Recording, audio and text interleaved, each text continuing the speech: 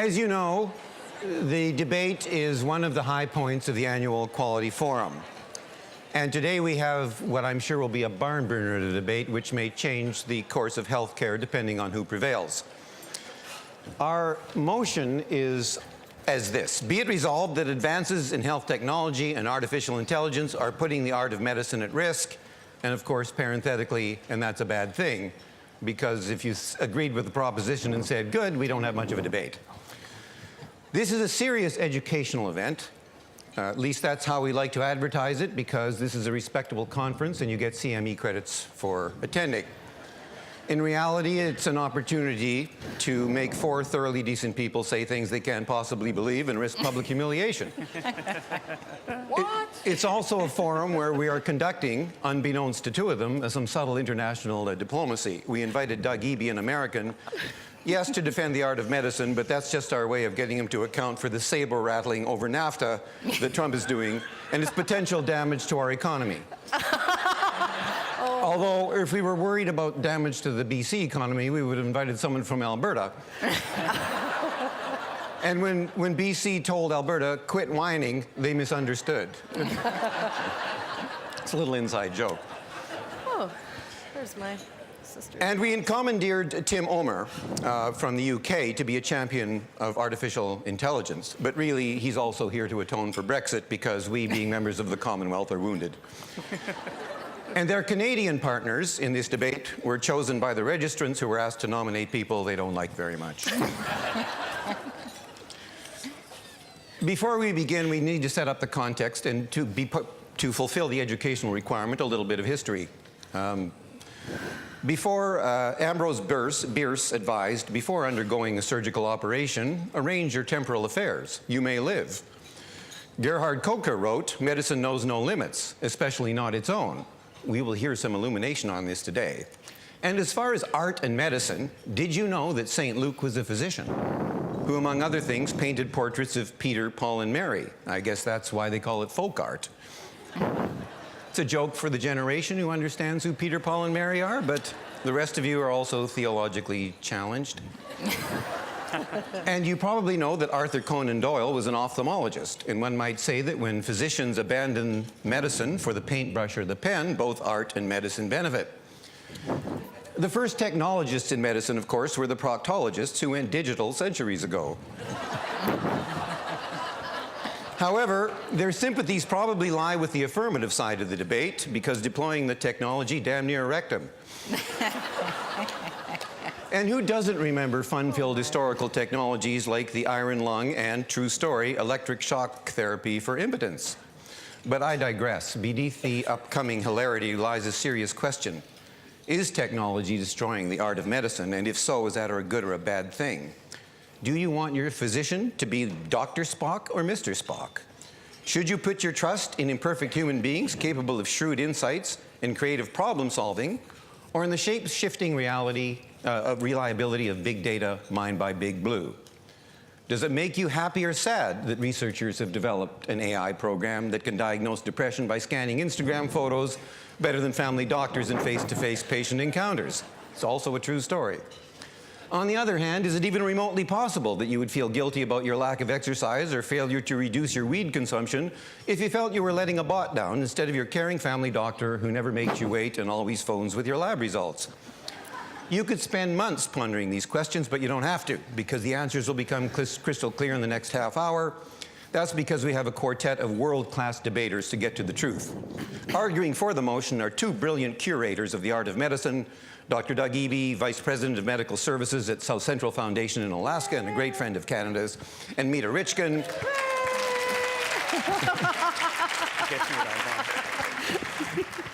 And Mita Richkin, a licensed practical nurse from the Fraser Health Authority right here in the Lower Mainland.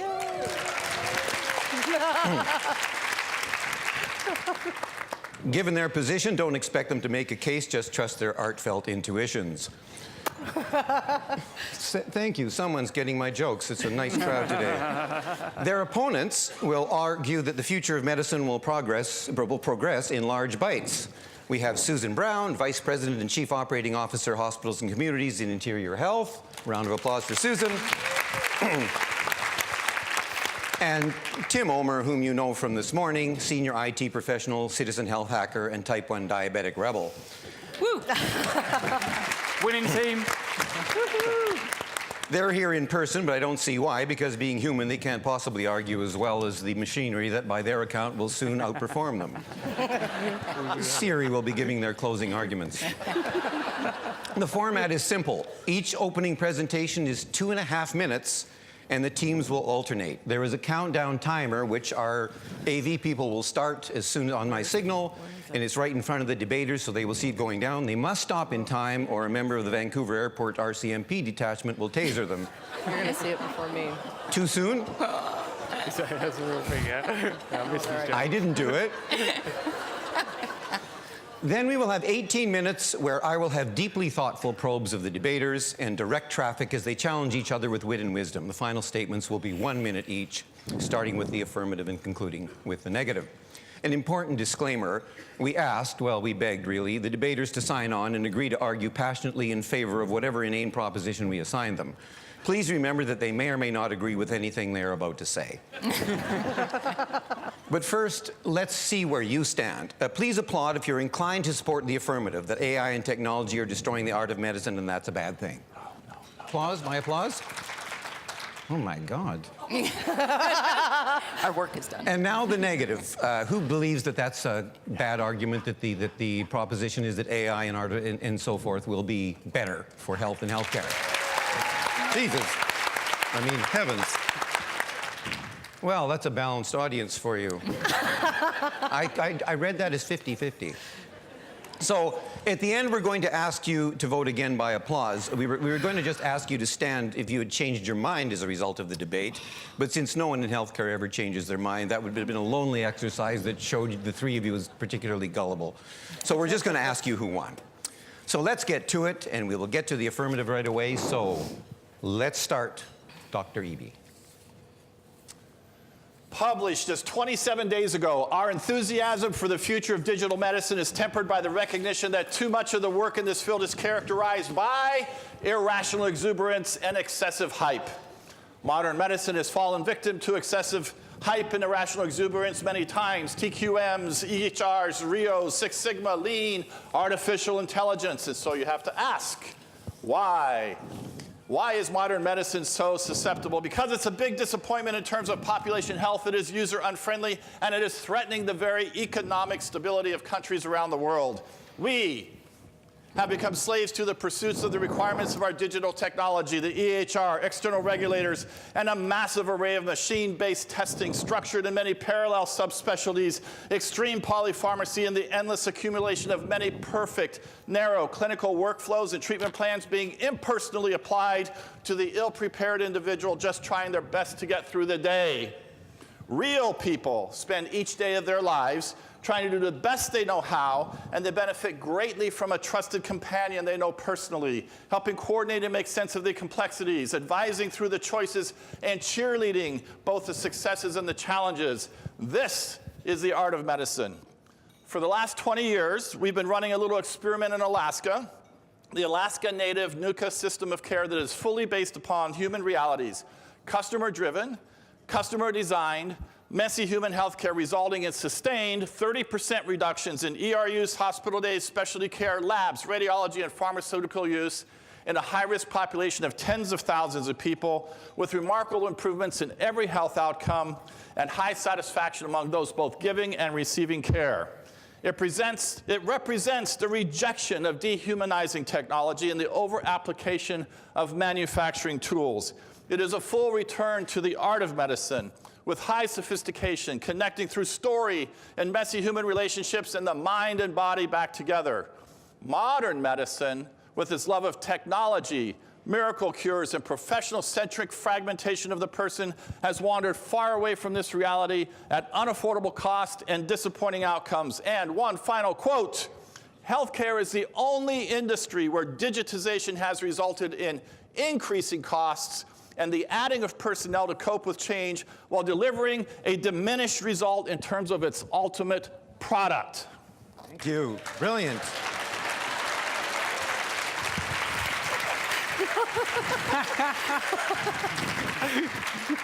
And you were within a percentage point on the time, Doug, so kudos to you. Now, after that stirring opening, my distinguished colleagues to the left. Okay, so today technology is helping us do our jobs better than ever before. In fact, it's freeing up the time of the tasks that we do not like doing and allowing us to spend more time with humans and interacting with them where it's most needed. Today, companies use computers to sift large amounts of information very quickly and do it in a better format than humans could ever do and faster. So then people actually get their questions answered quicker. However, computers can never replace humans. We're not arguing that. We're arguing that the humanistic part of what we do will stay and maintain, and it's the art of medicine that will be left. And I'll give you a quick example, actually, of a call that if we embrace the technology, it will help us. And this could be something like a patient calling in around wait times. Not that we have any of those in BC. But. Your appointment is booked for 27th of August at 2 p.m. So this is me asking about my colonoscopy. So I would say, why is it taking so long? Your wait time is with an average within your region. Is there anything else I can help you with? Well, I'm worried I might have cancer. Based on the information you provided, your probability of having cancer is only 13.4%. Okay, so what should I do? Based on most recent literature, most bowel cancers can be dealt with by surgical intervention with a 5-year survival in excess of 90%. Okay, but what should I do? I've already answered that question. But I'm really scared. My dad died of cancer. Thanks for that new information. This increases your risk to 23.9%. But I'm really scared. I don't understand. Please wait while I pass you on to a human operator. So this just illustrates that if we embrace technology in the appropriate way, it will enhance how we deliver service to patients. It's not, it will pose no risk to the art of medicine. That is what's left. Thank you. Thank you. Thank you, Susan. And an incredible array of accents were deployed in that. All lovely, I might add. And you banked like 15 seconds, so spectacular. Do we get them back later? No. Well, we'll see. No. And now, to reaffirm the affirmative, Mita Richkin. So I come from a different place. I work at the point of care. And so the art of medicine has a bit of a different ring for me than it does to some other people. The science is definitely the technology, but the art is all of us.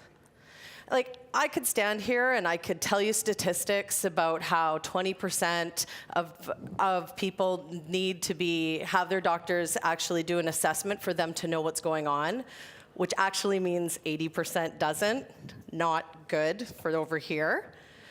I could give you horror stories about overdoses of antibiotics and how pharmacists miss alerts and how robots are taking over the pharmacy. But I think I'm just going to tell you just a really simple story about my community hospital, where the usual age is about 60 and sometimes a little bit way over 60. So you come on the ward, and I start my day, and I greet my patient, and they tell me their name, and I take them to the bathroom, and they say that they have trouble getting up more and more. And then they confide that they may have fallen a few times, but every time they've been fine. And the day goes on, and I help her with her meal tray, and we chat about the weather, and she tells me about how bad her arthritis has been, but she hasn't been able to get her meds from the pharmacy. And she says this like it's no big deal. And she tells me how she wishes her grandkids visited more, but understand they have their lives, and how her kids actually travel in their retirement. And she tells me that her husband died about a year ago. But as the day goes on, I notice that she's having a little bit more trouble walking and a little bit of trouble talking. And she seems more tired than she probably should be. And I'm starting to suspect that she's having a stroke. So I call the doctor, and he comes, and it goes from there. But this isn't an isolated incident. And technology and AI can't foresee what I am seeing in the moment, and probably earlier than most diagnostic testing. Those conversations every day are being more and more muted. We meet people every day on the worst days of their lives, cancer diagnosis, stroke, MI, and people want to understand what's happening to them. They want it done instantly, but we need all the compassion and patience we can muster. And without that starting point, nothing else useful can happen. Thank you.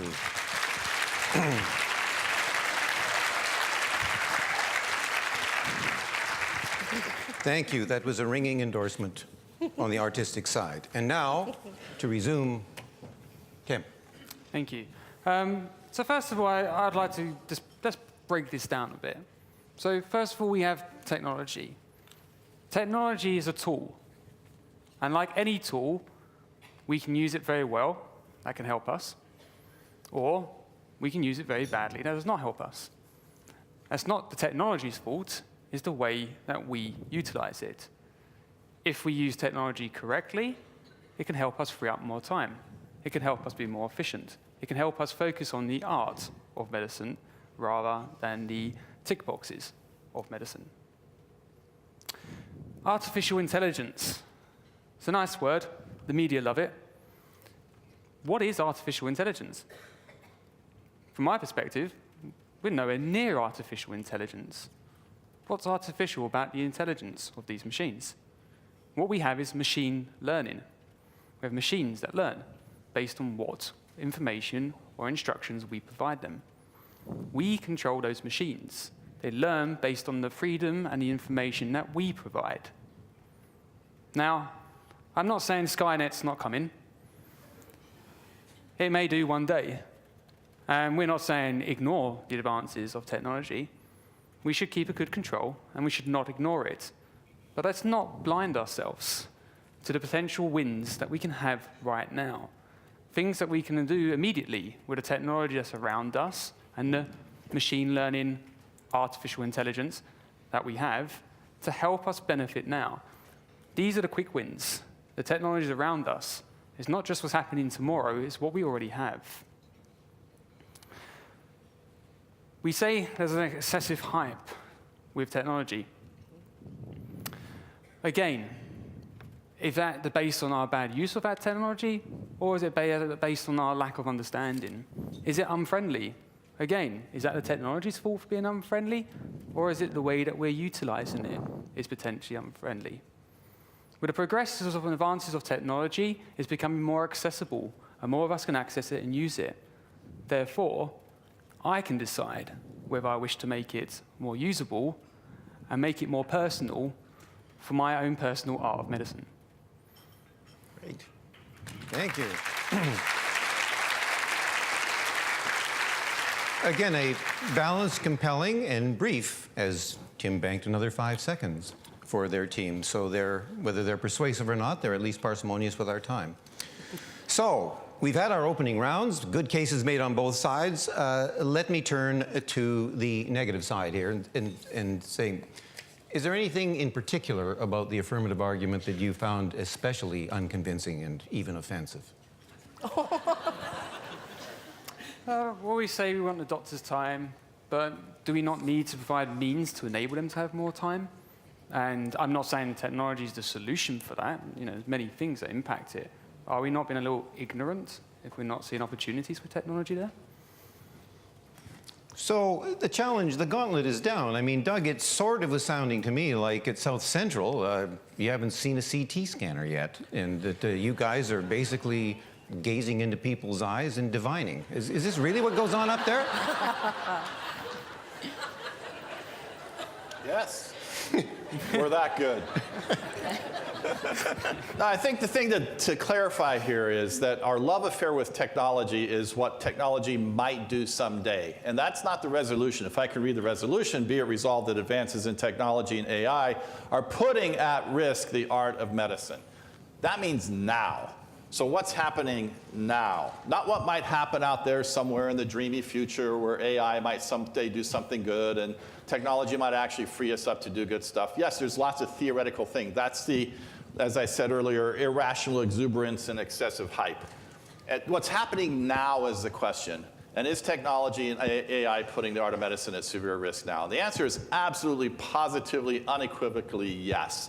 Every article you read, every professional you interview is completely in the way of doing good things for people.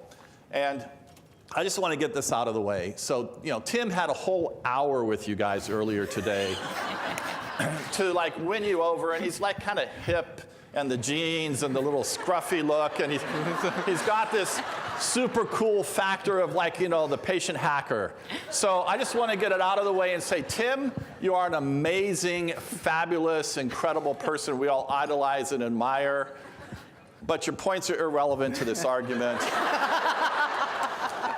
Because I don't know about the rest of you and your practices, but the percentage of people in my practice that have the skills and abilities of Tim is like 0.0.001.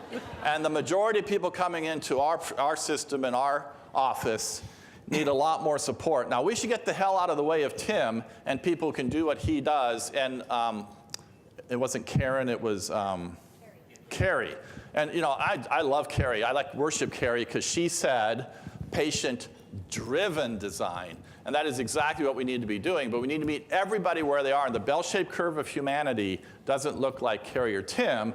It looks like people who need a lot of humanity and support and cheerleading and supporting and all those human factors that we just no longer have time for because of all this crazy technology-driven stuff that's completely and totally in the way. Well, I would like to. please do. This is not about the idealized future. This is about now. Well, what's happening now? I don't know about Alaska, but we have a lot of people like Tim in BC. So I'm just saying. Oh, it's the Canadian supremacy theory. Good to see my friends to the deep south a little here. bit like a physician who's worried about their job. So yeah, jobs are it's gonna be disruptive to jobs, but people will adapt and move on. Maybe you know, that whole argument holds no water. Healthcare has added jobs because of technology, not reduced jobs because of technology. Well, we don't have any elevator operators anymore, but, and you know, I don't know if anyone's an accountant out there. 1850s? Oh, I'm sorry. Is Duncan here? Duncan's going to retrain as a nurse, right? Great, right? So, yeah, there'll be change, there'll be job disruption, but it's not like it's going to be massive unemployment. The shipyards will survive, the textile industry, so will healthcare. All right.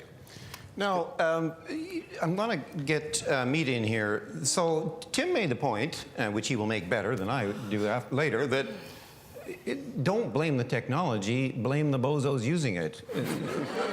That actually it's a great thing that can be misused just like, you know, too much single malt scotch can be misused, but God knows we're not getting rid of that.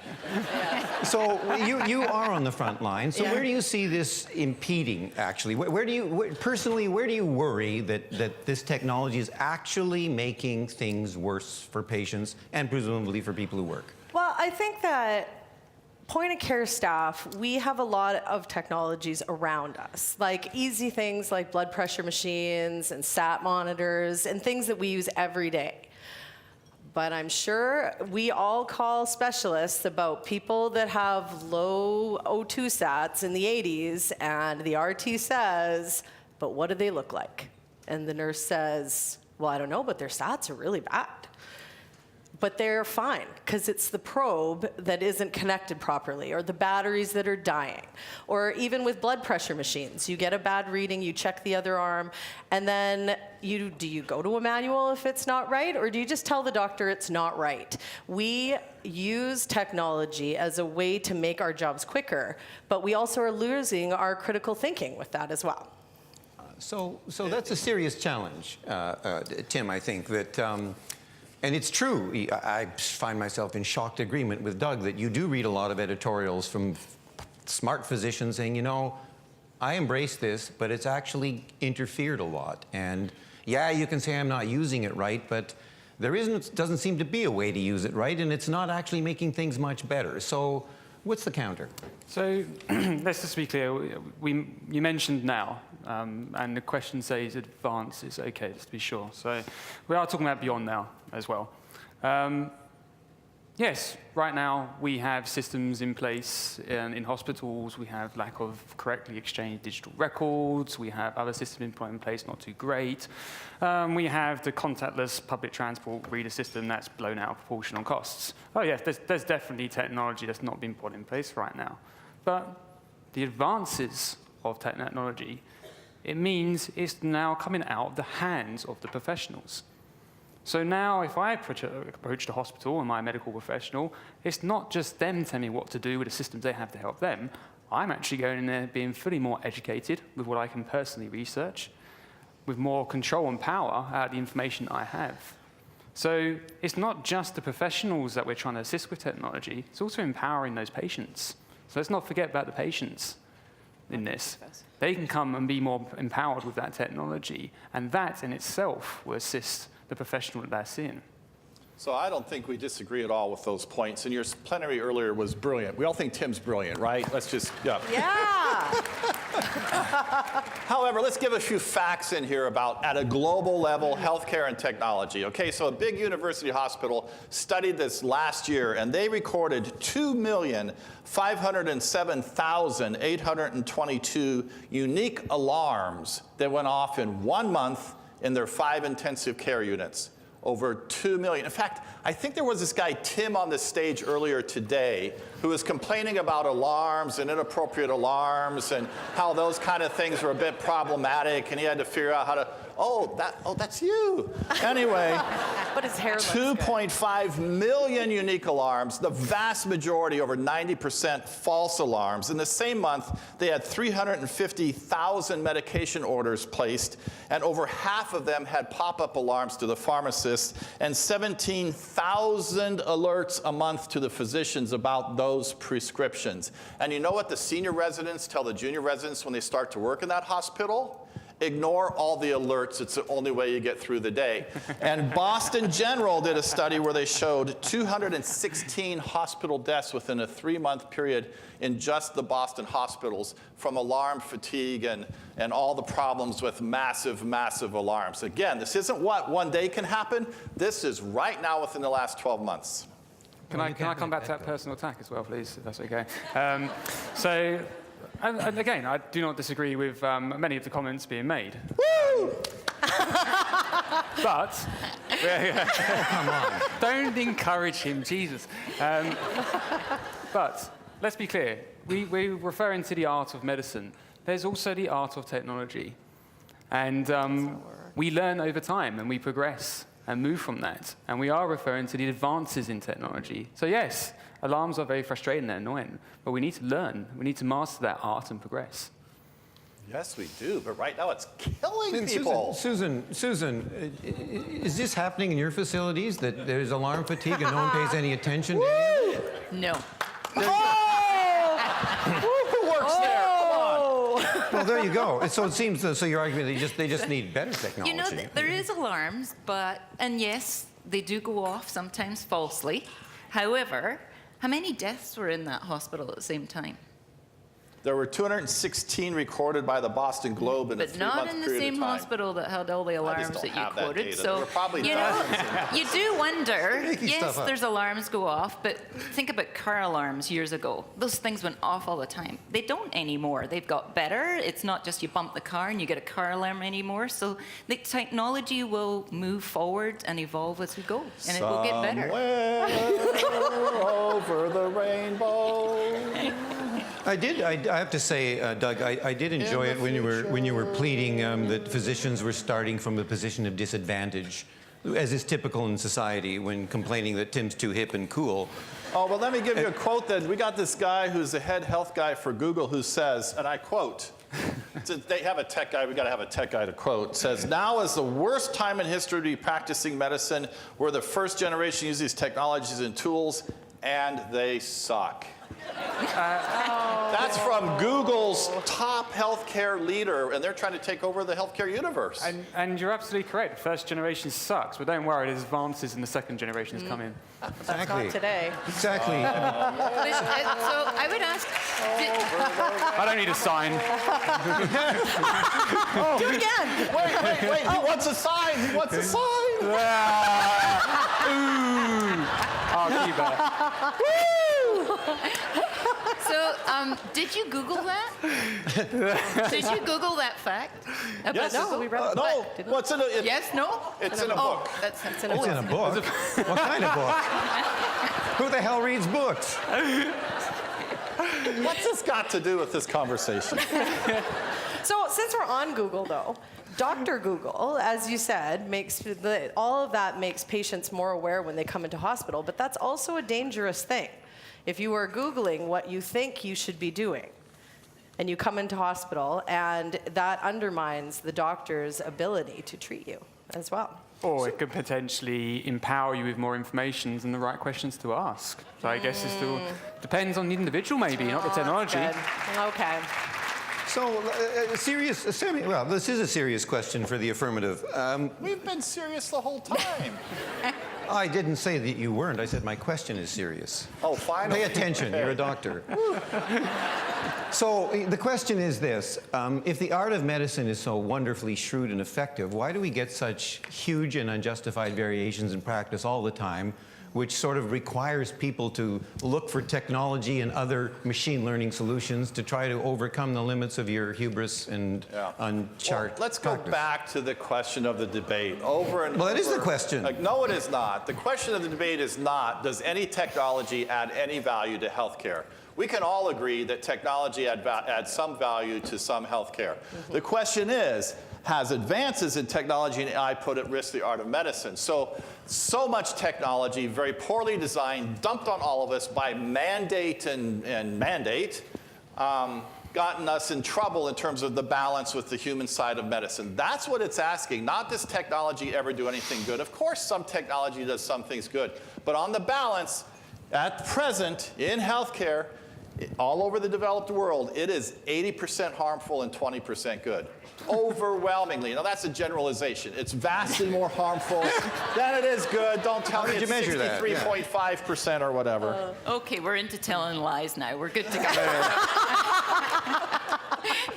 So in your offices, Getting you have personal. EMRs, and those now allow you to track and trend patients with chronic diseases, know when they need things done, able to bring them back. Things on paper you would never have been able to do. Here's how good your EHR is.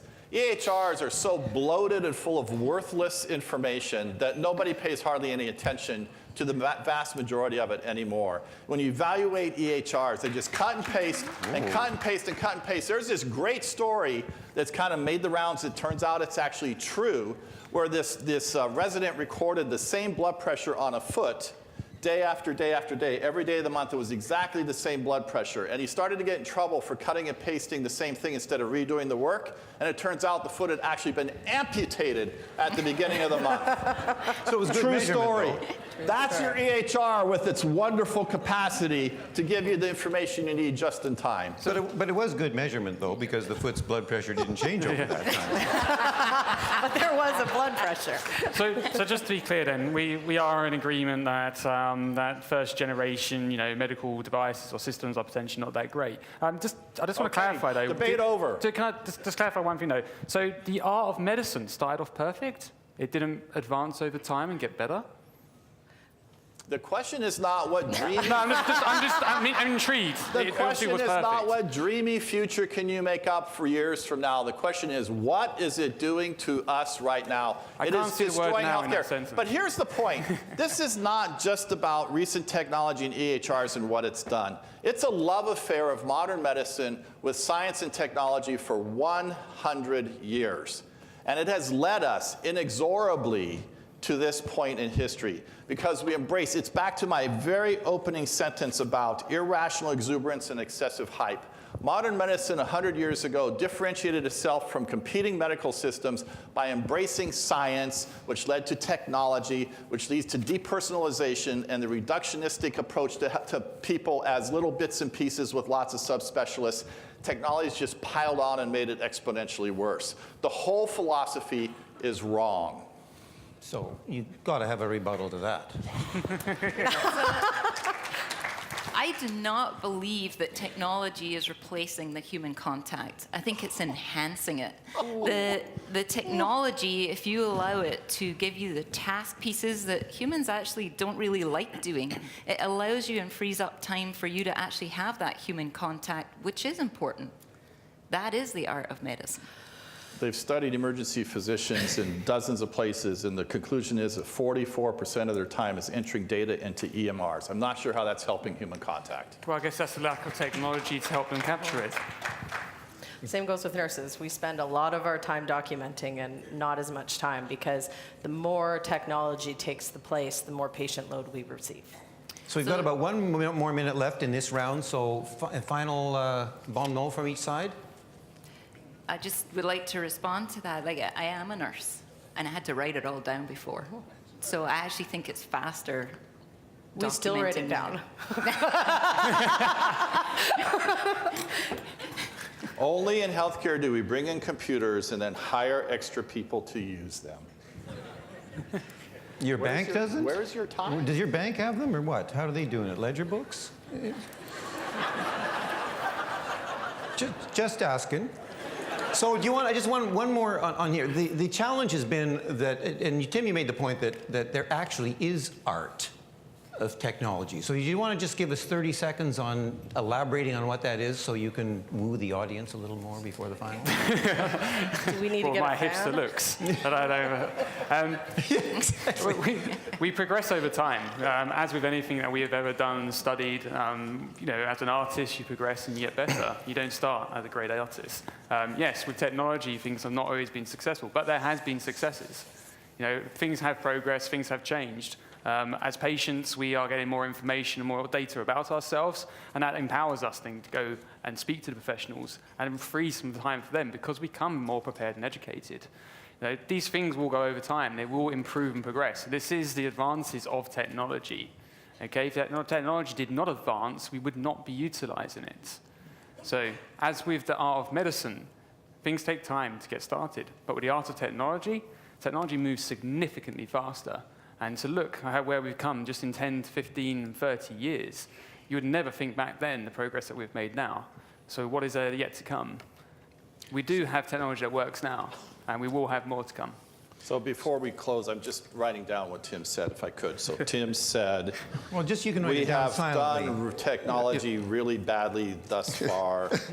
Hold on. Okay. But there will be a dreamy future. So we are at the end of the exchange in this round, and now we're going to the concluding statements. Now we've had a little request from the negative side. You want to pool your 2 minutes? Is that what you were planning to do? Sure. Mine. So is that all right with you guys if they pool their 2 minutes? Sure. Sure, they're good. All right. So you know what? Are they going to do a dance? What are they going to do? I don't know. You'll find out. So No dancing. you got the first. We need a first 1 minute again from the one of you on the affirmative side. Then they will do their 2 minutes consecutively since they're tandeming, and then you get the last word as well. So it's a good deal for you guys. You give me to the last word. Okay. So in the old days, in emergency rooms, doctors and nurses worked alongside each other, chatting continually about the people in front of them. Now they work in parallel, silent, each within their electronic silos, spending up to 50% of their time meeting documentation requirements. The checkbox mentality in healthcare has now become a desiccated wasteland, devoid of thought or narrative arc, unable to see and discuss the evolution of the medical situation over minutes and hours as a team. Am I right? Modern medicine spends 80 to 90% of its time and money being slaves to technology and regulation, with the resulting diminishing and near elimination of what really matters. Effective, influential, messy human relationships in team, helping people make better decisions all day long, every day. And we, yes, we, are not only destroying the art of medicine, but we're also consuming all available resources and destroying the very fabric of our societies. Whoa. Well, whatever you think of that argument, I admired its understatement. Drop the mic. Okay, you've got your 2 minutes. Okay, so across BC today, there's thousands of patients at home that we're providing home health monitoring for. That technology allows people to be in rural communities, begin to understand what's happening with them when certain symptoms occur, and allowing them to self-manage their own illness. How many people in this room have a Fitbit, Polar, something like some sort of wearable technology? Stand up. Everybody up. Okay. Hands up who, keep standing. Keep standing. Hands up how many of you have one at home or it's in a drawer if you had one that's broken. Join the crowd. Hands up who wants one for Christmas or their birthday. Everybody up. So we probably have 50% of this room that are wearing technology right now that are helping you in some way, shape, or form manage your own health and your own well-being. So technology, you are already embracing it and using it. So what are you doing? Tim. Huh? What are you doing? I'm sorry, I'm using my advanced technology to just perfect my art of managing my type 1 diabetes. Bam!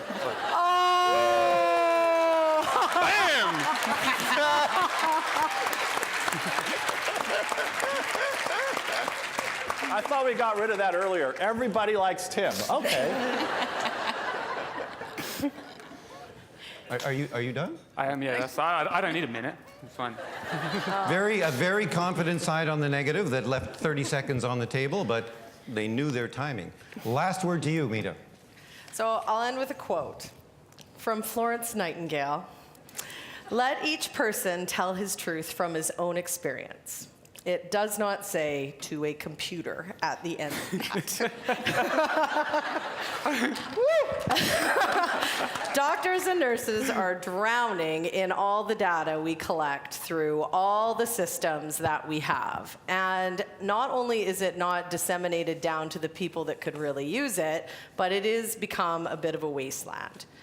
But the experience that we have in our everyday is really what technology can never replace. And when you see a specialist, talk to a patient, or you see a nurse have a conversation, those cannot go away. And with more technology, it is slowly fading.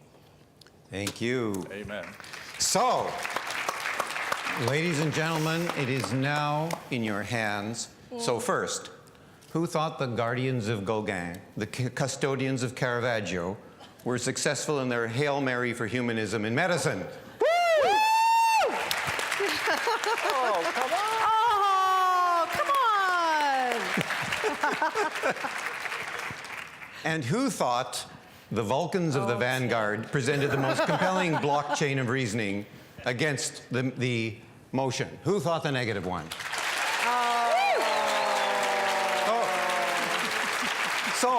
So hold it. Seems even. Hold it. You know, we had auditory sensors placed around the room. And the data suggests that these guys won. But my gut tells me these guys won. So I'm declaring it a tie.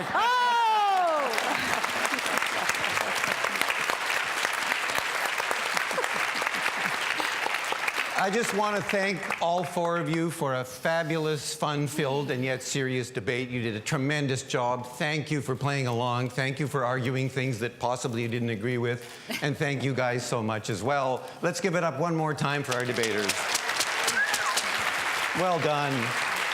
Well done. Can we have that one? Well done. Thank you very much.